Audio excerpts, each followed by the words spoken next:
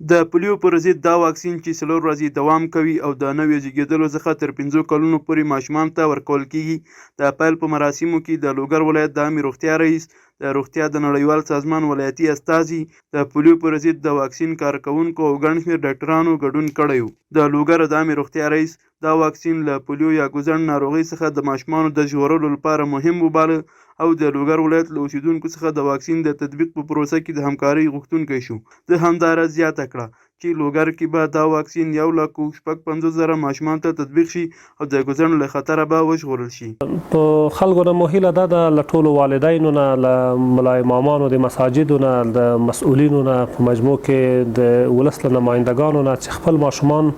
د کمپاین په جریان کې صحي رضاکارانو یا د واکسین کارکنانو ته راوباسي تر څو پورې د پولیو د تهدیدونکي مرض یا د فلج له تهدیدونکي مرض څخه ماشومان وژغورل سي او د ماشومانو یوه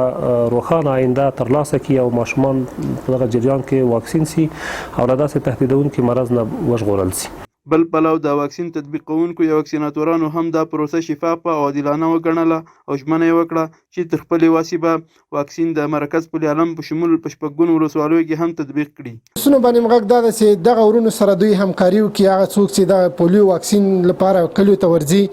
او دوی په ډېر ورین تندي او ډېر صداقت او ایمانداري باندې د خپل وظیفه اجرا کوي او ولسونه له دوی سره پوره همکاره اوسېږي تر څو هغه ماشومان چې عمرونه له 5 کالو نه ټیټ وي دوی ته دغه واکسین تطبیق کړي او تر څو په آینده کې دوی د